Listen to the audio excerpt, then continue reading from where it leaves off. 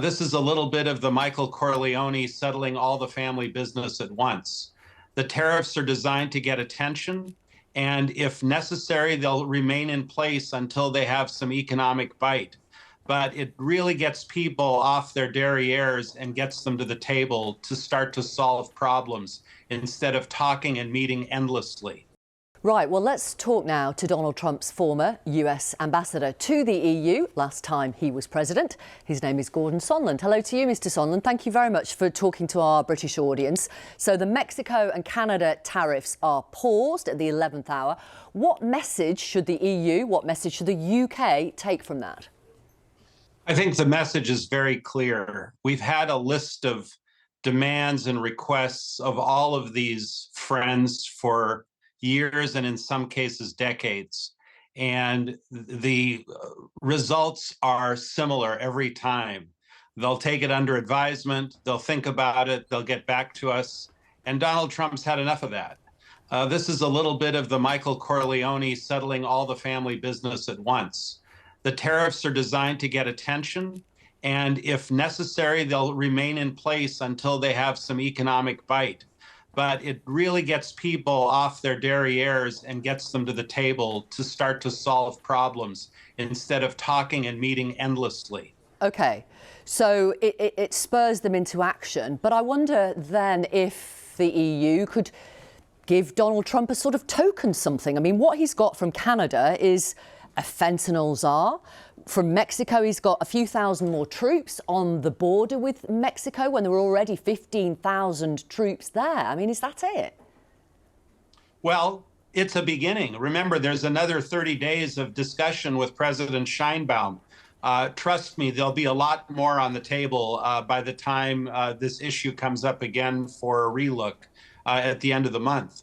When it comes to the EU, that's not going to be so easy to solve. The grievances between the U.S. and the EU, again, the EU is our ally, is our friend, but the grievances have been on the table forever.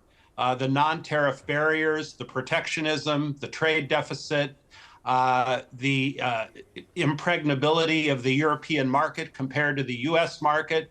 The list goes on and on and on. And there's going to have to be some tangible deliverables, or these tariffs will definitely go into place, in my view. What does that mean, tangible deliverables? What, the EU has to buy more American stuff, American defense? What is it?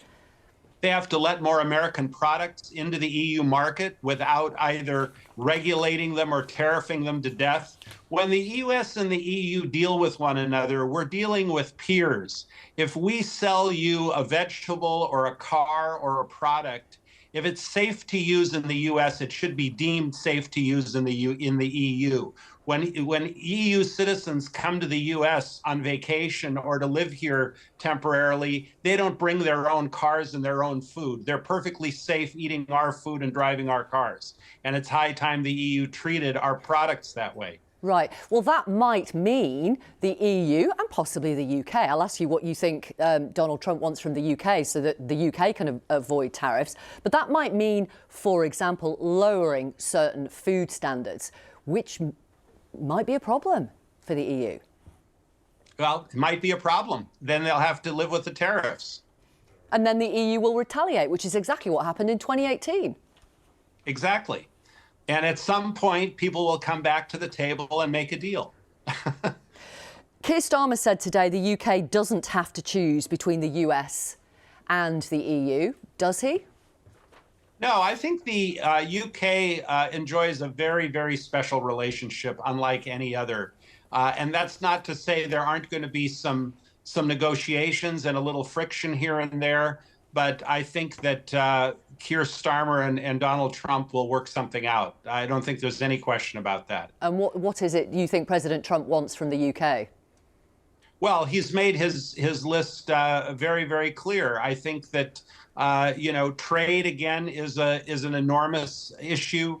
I think support for some of our defense initiatives, where he's asking both the EU and the UK to do more than they're doing, because we always feel like we're doing the most. And when you combine the GDP of the entire EU plus the UK, it's significant, and you can do more.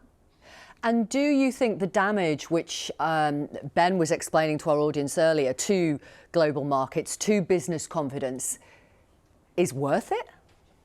I don't think there will be damage. I think There there's a already has lot of been. hair.